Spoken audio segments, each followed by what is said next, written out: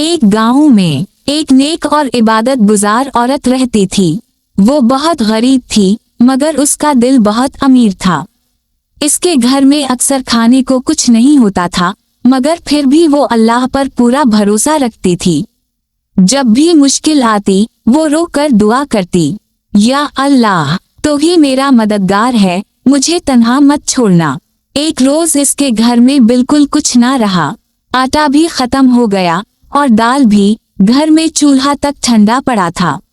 बच्चों ने भूख से रोते हुए पूछा, अम्मी जान आज हम क्या खाएंगे? इस औरत के दिल पर चोट लगी, मगर उसने नरम आवाज में कहा, बेटा सबसे पहले वुजू करो, नमाज पढ़ो, अल्लाह पर भरोसा रखो। उसने भी वुजू किया, 2 रकत नमाज पढ़ी और रब के सामने हाथ उठाए। ए मेरे खालिक, मैं बहुत मजबूर हूँ, लेकिन तो सब कुछ कर सकता है। मेरे बच्चों को भूखा ना सुला। नमाज खत्म हुई ही थी कि दरवाजे पर दस्तक हुई। दरवाजा खोला तो सामने एक मजदूर खड़ा था, जिसके हाथ में एक बड़ा थैला था। उसने कहा, बीबी ये फलां साहब ने भेजा है, उन्होंने कहा है कि ये खुराक आप तक पहुंचानी है। वो हैरान रह गई, इसने कभी इस अमीर शख्स से कुछ मांगा भी नहीं था।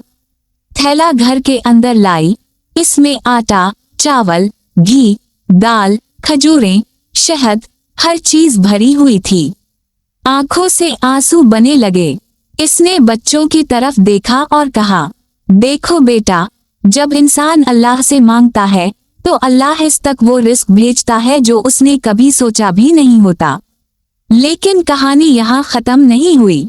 अगले दिन वो अमीर शख्स खुद इस औरत के घर आया। इसने कहा, कल रात ख्वाब में एक नूरानी हस्ती ने मुझे झुंझोर कर कहा, उठो, मेरे एक बंदे की दुआ तुम्हारे जरिए पूरी करो।